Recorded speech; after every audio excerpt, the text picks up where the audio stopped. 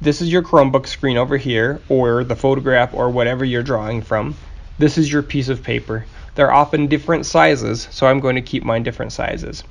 I'm also going to, as I draw, I'm going to use some pencil looking lines, so it looks like I'm drawing the same way you are.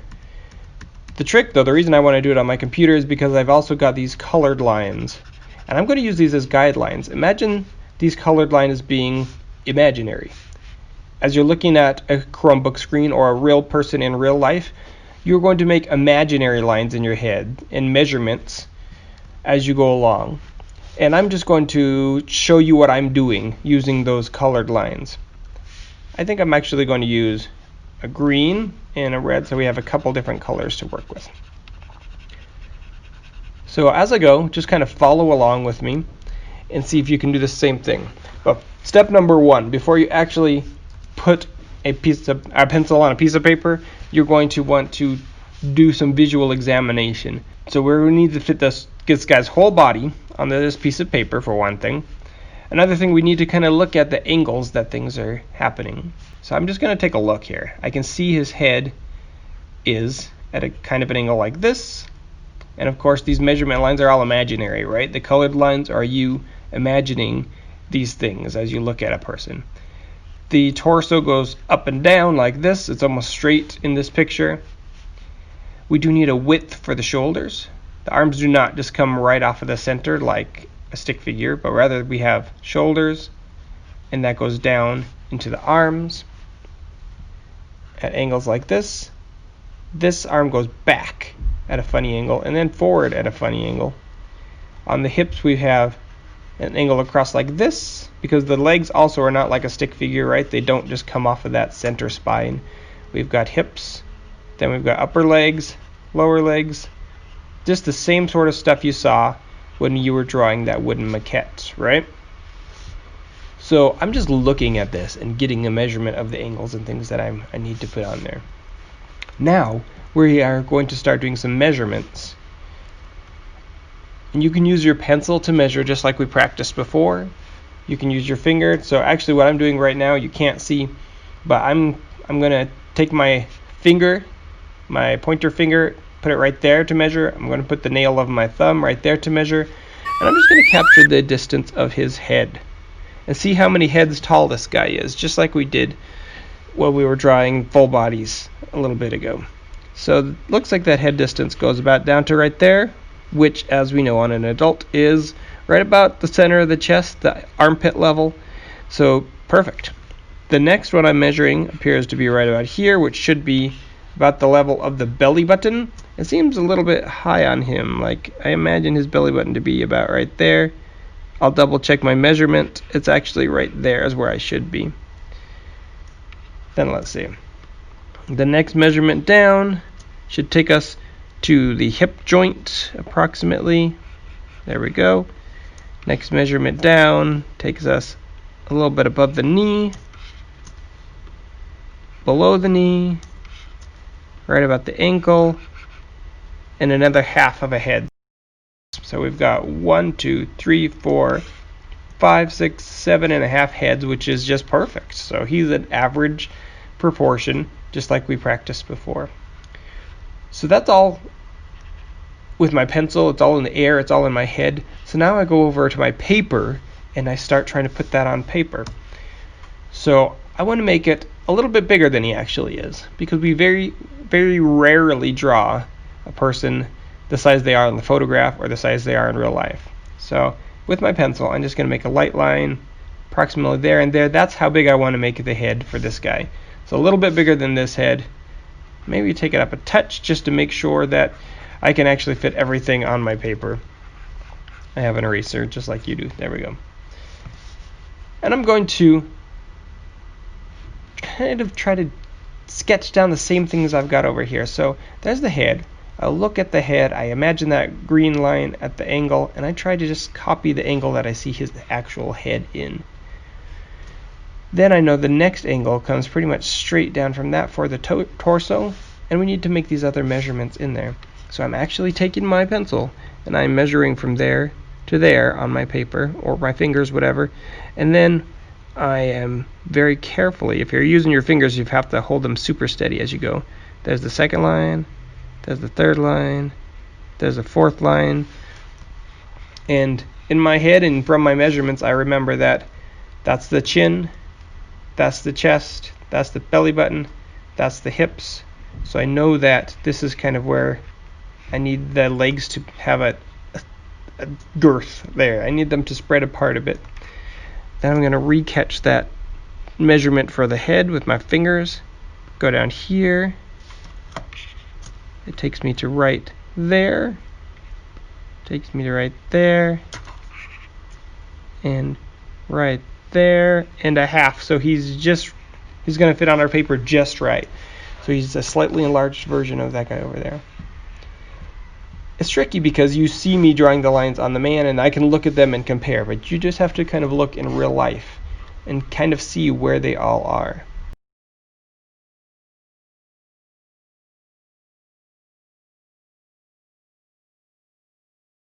So now I can do things like, I can see that the line of his shoulders is about halfway between his chin and his chest, and I have a chin line and a chest line.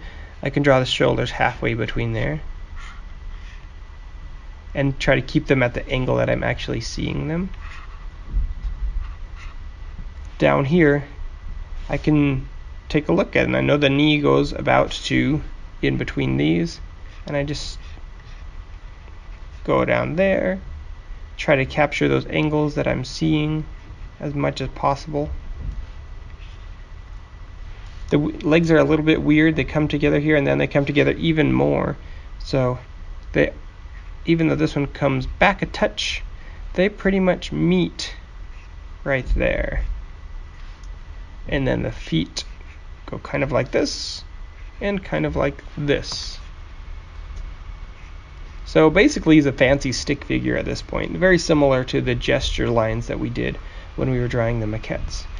I want to do a few comparisons, like the width of the hips compared to the width of his shoulders. I can see that in real life his shoulders are a little bit wider than the hips, so I just make sure that line is wide enough.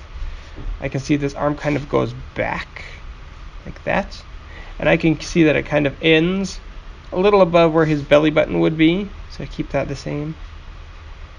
And I can see that arm goes like that, just kind of blocking everything out.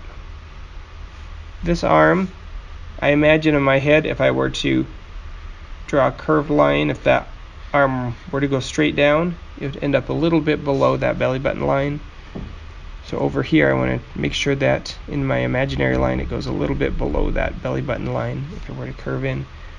And then the arm goes to approximately right there.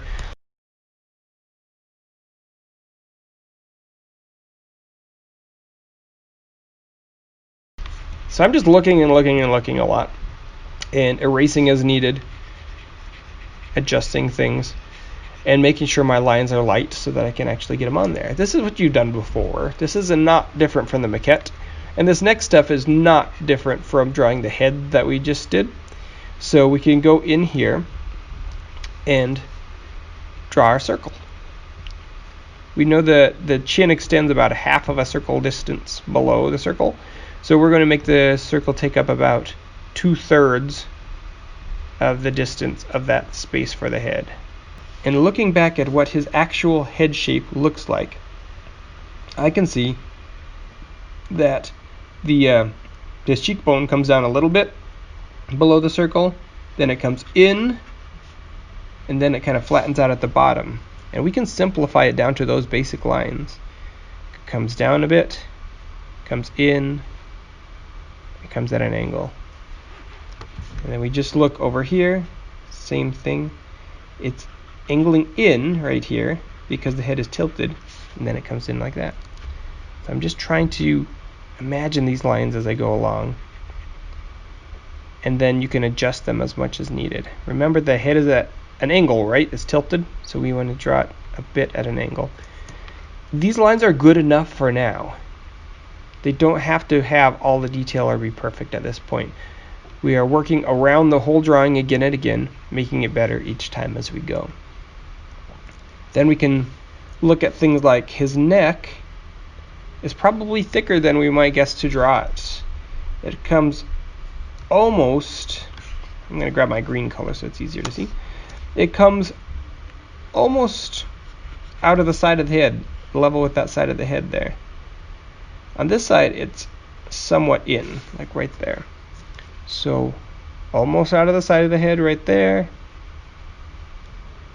but from the middle of that cheek or so over here. And then after about this much distance, it turns into an angle of the shoulder. And we'll just try to capture that angle of the shoulder we're looking at right there. Capture that angle and try to capture the angle of the shoulder over here.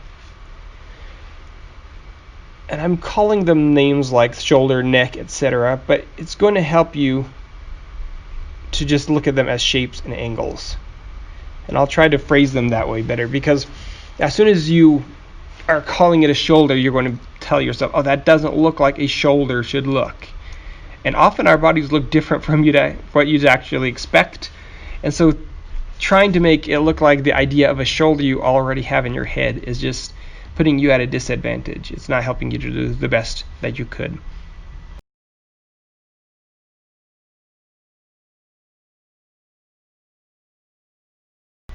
So I'm looking now at the arm. I'd say that arm is approximately a little thicker than half of his face. And if I make a measurement with my pencil, which you can't see, I'm sorry, it's somewhat thicker than half of his face. It's like from the edge to right there. So I'll try to make that arm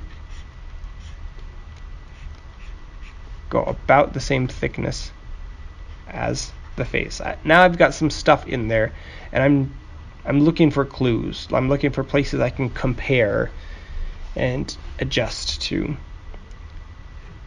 I can see the forearm kind of curves as it goes down. Do you see this curve that goes like this and like that?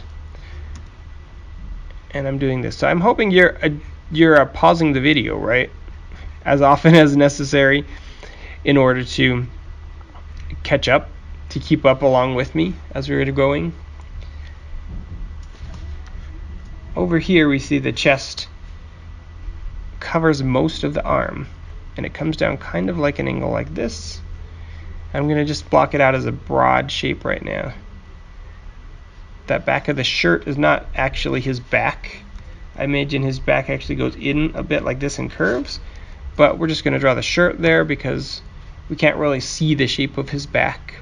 We're just going to go on what we can see instead of guessing things.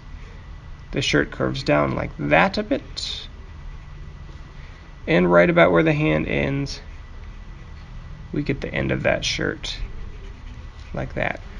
We're making him look more meaty, right? He's coming together a bit. We're just looking and comparing and trying to get things in the right position one at a time. It is extremely hard to look at a picture of a person that's complete and say, I don't even know how I'm going to do that, but block it down into its individual components and you can make it work. So here's where I'll have a big advantage in not looking at things by their names. This forearm here curves like this in a strange way we wouldn't expect a forearm to go. But if I don't call it a forearm, instead just look at the curve of that shape and where it stops and how far it goes out, I don't even have to worry about whether it looks like it should yet, because it looks like it should. In the future it'll look right. And there's a little knob right there. I'm just calling it a knob for the moment because fingers are hard to draw. Then we can go in and line things up, like for example, I see that center line I drew almost lines up with his leg right there. So I'm going to take a center line and just kind of line it up with the leg. Allow that to come down. The other leg comes back here. Very frequently I see people draw legs too narrow, too thin. But, I mean, the two legs together take up the whole width of your body. So make sure you're getting enough meat in there. And round about where I know his knees to be, I can make that little angle change, that notch that goes in there. And it is tricky to do this while you hear me talking constantly. So, I mean, you need to really be swishing back and forth. You hear me explain it, and then you take a few quiet minutes to copy it yourself and figure it out. So you've got to kind of find a balance between switching back and forth, between watching what I'm doing and doing it yourself. It is a very different mindset, and that's kind of hard, but that's also exercise and practice. So shoes are hard to draw, feet are hard to draw, but I'm just looking at an angle that goes here, an angle that goes here, an angle that goes here, and I'm just trying to capture those angles in the shape and the size of everything. Okay, quite acceptable at this point. This is enough details at the moment for me to move forward to doing the face. I don't need to worry about getting everything perfect yet. We're working through the whole picture again and again, making it happen. Face is a little bit tricky though, right? So let's stop calling it a face instead. Wonderful, let's clear up this guy. He's got a lot of scribbles all over him. A lot of imaginary scribbles. So we know the eyes happen in the center of the head, correct? In this case, however, he is looking up somewhat. We can see some of the bottom of his chin. Excuse me. Bottom of his chin there. We can see that he's angled up a little bit. So in order to get those eyes in the right spot, it might be a little bit tricky. So what I'm going to do is I'm just going to find the center of his face. So I would take my pencil and I would measure from where I think the center is to the chin. And then I would take my pencil and measure from where I thought the center was to the top. If those are equal, then hooray, life is good. If not, then I shift my line up and down, up or down, and I make that measurement again until they are equal. So approximately right there is the center of his face. So instead of the eyes being in the center this time, the eyes are a little bit above that center because he's looking upward. His face is tilted upward. That means over here, if I find the center of the face of my drawing, which I'm guessing is approximately right there, but I will measure it out just to be sure. Measure right there, compare it to right there. They're about correct. Beautiful. So this line is about where his eyes are going to go. Even though he's looking upward, the eyes are still going to take about a fifth of his face. So I can go in and I can block that out to approximately those 5 equal spaces. Do a little bit of adjusting to make them look like they're actually the correct spots. Beautiful. I'm also going to lighten up some of my lines with my eraser. I'm going to be fair about it. I'm going to act like it's an actual eraser that doesn't take all the lines off. So just like you, I have to work in it to kind of scrub my lines away. So that's about where we want the eyes to hit. A little bit higher though, right? Because that was our center line. So the bottom of the eye should actually come right about there. For the moment, I'm just going to slop on some general eye shapes because I think we need to do some other measurements on the face. So eyes are going to go around there, which really looks weird at this point. But let's see if we can validate that. So that line is about the middle of the nose. If I divide this in half, I'm seeing that mouth be right along there, almost a little bit below that half line. So let's divide that section in half. And the mouth is going to be almost there, tiny bit below. I'm just going to put a line for the mouth right now. The nose then looks like it's about halfway between those two, between the mouth and that line we made for the eyes. I think the nose is going to be around right there. That makes it look a bit more natural. The hair, I think if we divide this visually in half, the hair is actually a little below because he's looking up so high, or above, I mean, because he's looking up so high. So the hair is actually only taking up a much lesser area of the head than if he was looking straight at us. So we'll just kind of block out where the hair goes. So we have that general shape. I see it coming down below the eyes over here. So I'm going to block out the shape. He's got kind of big hair. It poofs out quite a bit.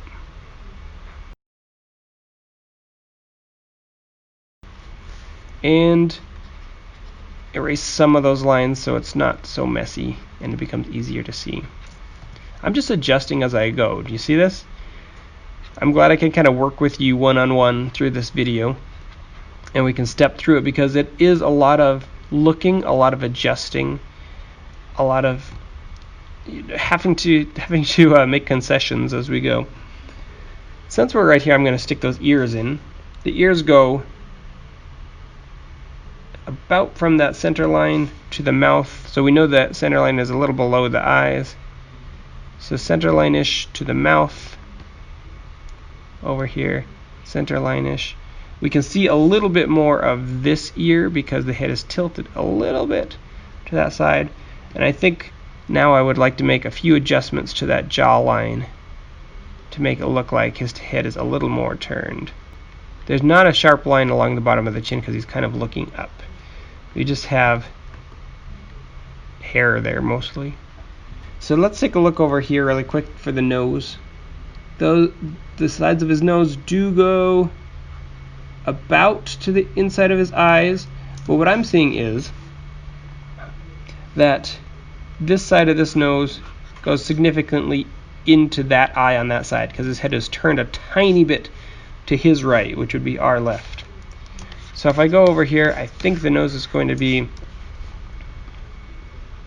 right about there on that side, but right about there on this side. So I'm lining it up with that inside of the eye there.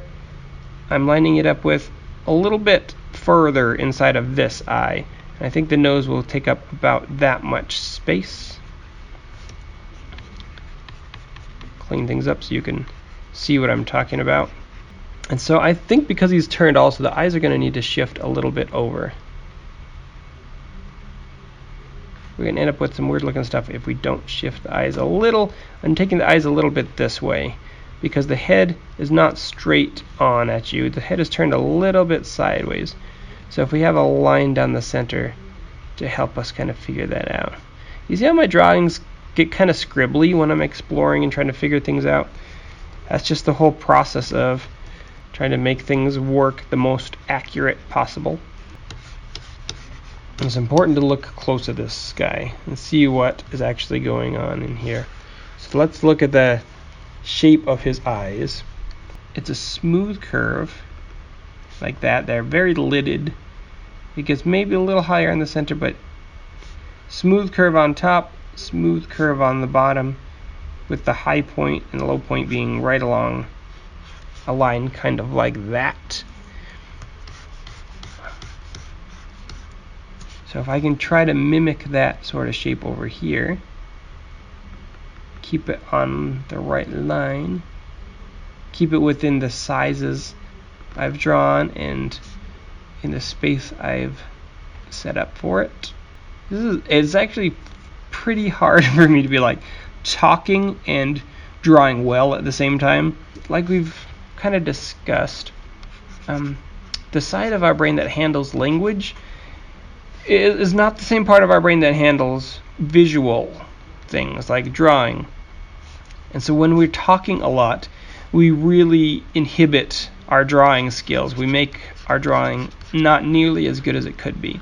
So that's why I really encourage you to take quiet time when you're drawing and allow your what we would call the left side of your brain to really wake up and do its best work.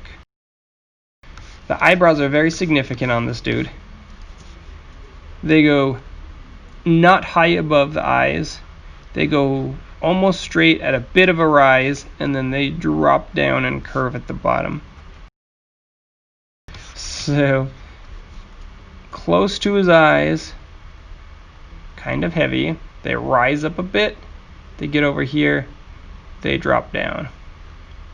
It's hard for me to like look at my image a lot because I have to scroll back and forth on my screen. You in the real world doing this are going to have your paper separate from your screen, so that's awesome, and you'll have the advantage of being able to look back and forth and back and forth and back and forth a lot and adjust as you go. But for me, I gotta scroll. They're rounded in the middle, they come in a little bit more than his eyes. He's got rounded, very straight there. The nose happens right about there. His irises in this picture, you can see they are barely touching the bottom lid, and they're pretty high up into the top lid. The top of the pupil is actually kind of covered with the lid there. So something like that. You see, if we show the whole iris in there, he looks kind of manic, crazy. But by having part of the iris covered, you get that kind of bored look almost that he's got going on. And he had quite a bit of area over here where the lids came together. His pupil touched the top lid. And his eyes are pretty dark. You might have a bit of reflection in there. There's some lighter area right there. Kind of hazily colored eyes. So it's darker up near here. Comes down into a lighter area near that bottom.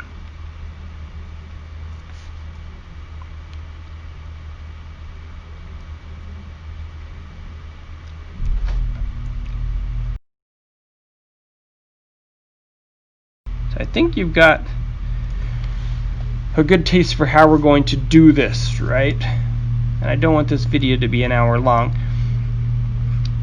but it's important that you really do take your time and work your way through this.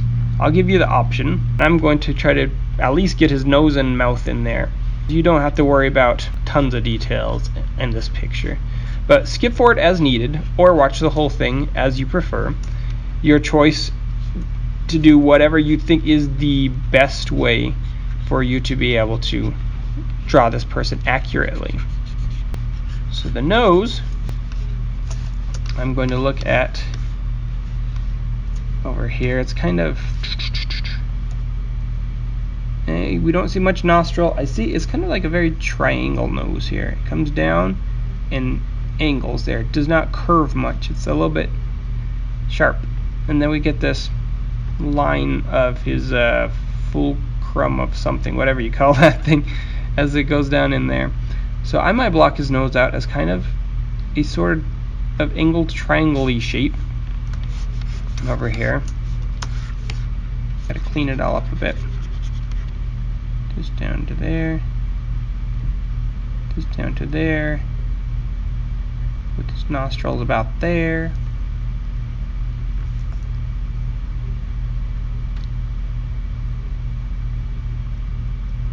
And this part goes down into his lip right there.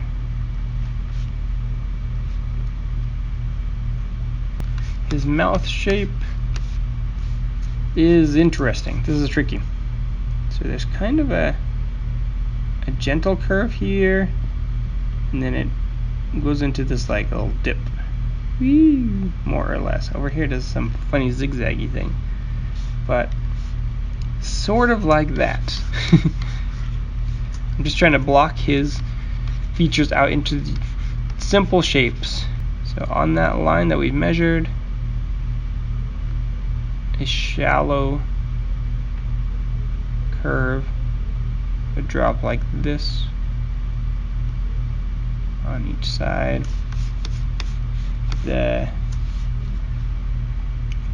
sides of his mouth are about lined up with the middle of his eyes, more or less. His bottom lip is kind of square, almost straight across. And we got to kind of get that mustache in. That's really a part of his appearance for sure. But let's get these main shapes in first. Kind of. Make sure that's in line there. I need to shift over a bit. Pretty square bottom lip that comes about that far down, I think. Top kind of goes up like that.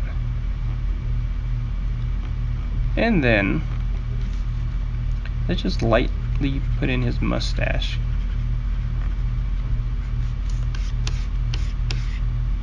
I think I've made his lips curve too much, which makes him look like he's all got his lips all pursed funny, like he's been all boy band. The mustache starts thicker and comes thinner. It's kind of light, it's just light smattering on his face. It's very hard for me to have to scroll back and forth and try to make this work. I would definitely prefer to have a separate image to work from, so you all are lucky.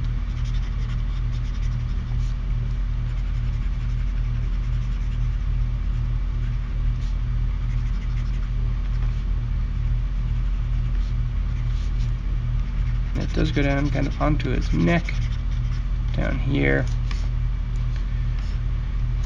We can add a little bit of darkness to his hair to block that out correctly.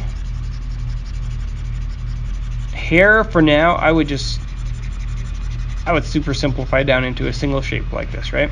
You can have a few shadows in there if you want to color an area a little bit darker to indicate it a swoosh of hair or whatever. And if you really want to get better at hair, there's tons of YouTube videos that teach you kind of how to draw hair more accurately. And almost every single one of them says don't draw the individual hairs. Draw the hair as a group, as the big box shape, sort of. Get rid of some of my guiding lines here. Clean that up a bit. Step back and see. It's not fantastic, but it is coming along. So this is the point where you might be encouraged to like crumple that up and say, I just can't do it. But no, man, you've done so much already. Don't throw it away. Right, so it's just a matter of adjustment, of continuing to look at things and adjust them. His shoulders are a little more rounded than what I gave him here. I gave him some kind of pointy shoulders. The neck needs to come up into here. We can clean up the arms and we can add the shapes. As long as you have your big form made, as long as the measurements are correct, then all it is a matter of adjusting and doing it more and more and more until our drawing looks like we want it to look. We can add some of the dark shapes on the pants, those bags in there, so we know that there's some movement and folds in the pants. Get rid of lines that are being distracting now. Even if I feel like I'm not the most amazing person at drawing human beings, I'm not going to give up, right? I'm going to keep adjusting. I'm going to keep changing things. I can see that his eyes over here are too big and that they should come down at more of an angle, so I might need to change the angle on those eyes. And the beard, the pattern of the beard is different. There's lots and lots of things I could continue to change. But you've got the main idea. And this is actually pretty acceptable. And if you can continue to, get better each time, then fantastic. And I've got more drawing hours in than you do, most likely.